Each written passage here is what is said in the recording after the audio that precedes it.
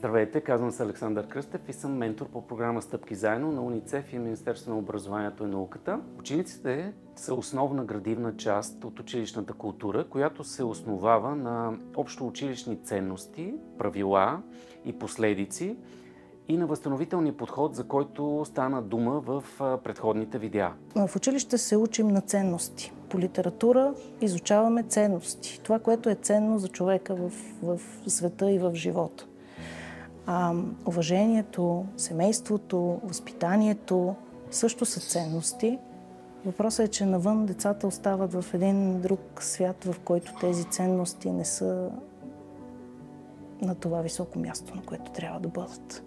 Създаването на групи за подкрепа от връстниците е добър инструмент за изпращане на послания към групите на изолираните ученици, за да се приобщят към останалите.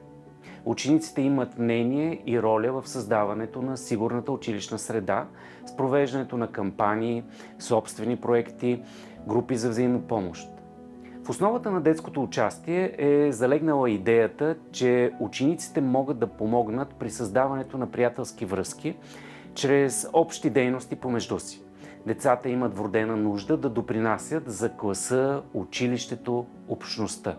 Детското участие води до повишена чувствителност на връстниците, помощници към проявите на насилие, разбиране за основните понятия, свързани с комуникацията, подобряване на уменията за общуване, разпознаване на стереотипите и предразсъдъците, готовност да се реагира в случай на насилие над учениците. Винаги и всякога най-голямата мотивация за един човек, който работи в училище, е усещането, че децата са подкрепени, чувстват се защитени в сигурна среда. В пилотното прилагане на програмата Стъпки заедно бе проведено проучване сред учениците. Стана ясно, че учениците са активни и мотивирани, когато бъдат чути и се чувстват значими. Създаването на групи за подкрепа от връстниците е добра практика, която включва изолираните ученици и съветва тези, които са склонни към импулсивно разрешаване на конфликтите. В основата на групите е залегнала идеята, че връстниците могат да помогнат при създаването на приятелски връзки чрез общи дейности помежду си. Тези дейности се основават на естествената способност на децата да изразяват и споделят чувствата си в полза на останалите. Харесваха ми думите, с които стават. Хареса ми добротата на другите. Ученическите групи имат различен формат: ученически съвет, ученически парламент, групи от ученици-помощници, миротворци и други. Младежите, които се включиха, са реално от всички възрасти в училището, 8-12 клас. Може би по-активни са осмокласниците, което лично мен ме радва, защото това е пламъка, който ще гори в училище още 5 години. Но също така ме радва, че има миротворци и от по-големите. Някои от тях знаеха за програмата още преди да станем част от нея и активно искаха да бъдат част от такава програма, така че се радвам, че успяхме да сме едно от училищата, които тази година работят по тази програма. Добри практики са ученическото самоуправление, ангажиране с дейности, социални каузи, участие на учениците в Координационния съвет по механизма за превенция на насилието и тормоза в училище, участие в работилници за развитие на социални и емоционални умения. В групите на учениците, помощници, миротворци, те участват на доброволен принцип. Обучението, през което преминават, е насочено към укрепване на уменията им да изслушват и общуват, към социално-емоционалните им способности, както и към способността им да се застъпват за общите ценности и правила.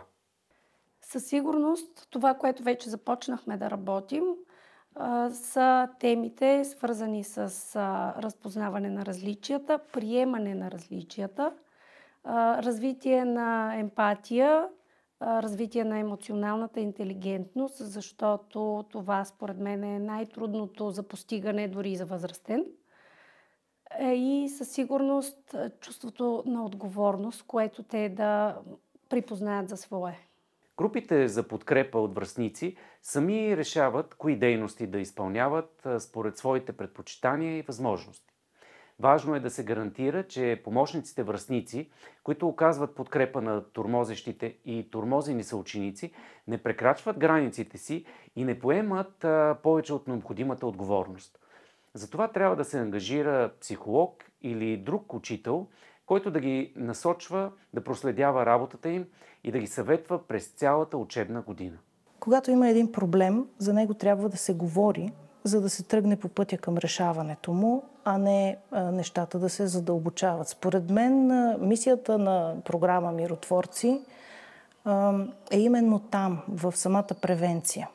В това да заявим ясно и открито, че проблем има и заедно всички страни, и децата, и учители, и родители, и общественици да потърсим решение на този проблем. Ще подам на Бела. С теб съм играла волейбол доста пъти и ми харесва как никога не се отказваш колкото и зле да изглежда.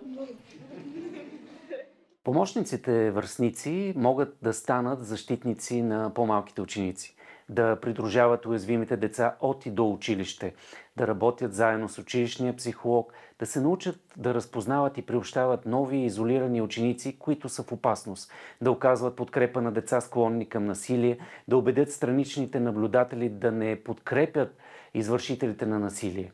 Груповата работа под формата на работилници или групи от връстници насърчава работата в екип. Умението за работа в екип е част от социалните и емоционални компетентности, които водят до изграждането на сигурна училищна среда, в която насилието и тормоза не се подкрепят. Като цяло, мисля, че всяко едно училище се нуждае да овладее тормоза и като цяло да бъдем по-добри хора към училище, като цяло в обществото. Ние по-младите и тинейджерите, ако го поднесеме по-нормално в нашия си формат, ще се разберем. Защото всеки трябва да изпита себе си, да поема отговорност, да се справи с страховете си и като цяло ще помогне не само на себе си и на околните около него. Въобще да не се чудят, да действат смело напред, няма нищо страшно. И аз си мислех, че е страшно, но няма нищо страшно. Важно е да се опита и всичко ще е наред. В смисъл, това е просто да подобриш себе си, околните, даваш пример на по-малките от теб и като цяло и на себе си даваш примери. Да стане място, в което никой не се подиграва на никой, да се чувстваме спокойни, като идваме, че никой няма да ни тормози, че това е изключено като вариант. Никой няма да му е приятно да бъде тормозен, да бъде обсъждан това по този начин, дали носи очила, по какъв начин се облича и да бъде обиждан. Научих, че със сигурност трябва да съм по-комуникативен към хората, защото не съм. И комуникацията е доста важно нещо. И със сигурност тормоза в училище не го разглеждаме чак толкова под дълбок аспект, а би трябвало, защото винаги е имал тормоз и това е нашата цел да го намалим. За групата на миротворците разбрах от съученик и ми се стори доста интересно. Реших да пробвам да видя какво е и се записах. Очакванията ми от групата са да се намали колкото се може повече тормозът в училището и да подтикнем други ученици от училището и като цяло да не тормозят останалите, тъй като всеки си има проблеми, всеки си има неща, с които се справя и не е хубаво да се тормозят с хората. Бих им препоръчвала да се включат веднага. Наистина е доста забавно и интересно. Всеки път правим много забавни, интересни неща и се запознаваме с нови хора, което е важно.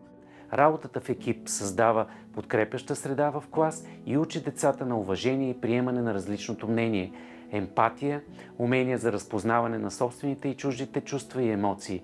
Големият принос на тази форма на работа е възможността по един забавен и приобщаващ начин учениците да се учат не само от връстниците в училище, а и един от друг. Често при работа с емоции се счита, че момичетата ще участват с по-голямо желание и готовност, ще са по-спокойни и по-склонни да изразяват и обсъждат емоциите, докато при момчетата ще има известни бариери. Обратните връзки от работилниците потвърдиха тази тенденция в известна степен. Това е съвсем обяснимо. Натрупването на негативни емоции обаче често води до неочаквана агресия. Това може да се отнася и до момчетата, и до момичетата. Затова е важно водещите да си дават сметка, че е добре да насърчават участието им, като им дават възможност да избират дейности, които са им по-приятни и интересни. Работата с изцяло момчешки и момичешки групи, както и с смесени групи, също може да даде различна перспектива и среда за споделяне. Добре е да се сменя формата. Нашия опит от практиката показва, че и двата формата имат своето място в работата с учениците, според целта на дейността. Учениците изразяват различни позиции, според очакваното от тях поведение, съответно в изцяло момчешка, момичешка група или смесена. Но смяната на формата им дава възможност да имат различен опит и им помага да опознават по-добре емоциите си, включително и тези, които са свързани с отношенията между момчетата и момичетата и превенцията на насилието. Ако това видео ви даде идеи и ви насочи към полезни дейности за детското участие, може да изгледате и останалите видеа от поредицата. Желаем ви успех и вярваме, че мисията към училище без насилие е възможна.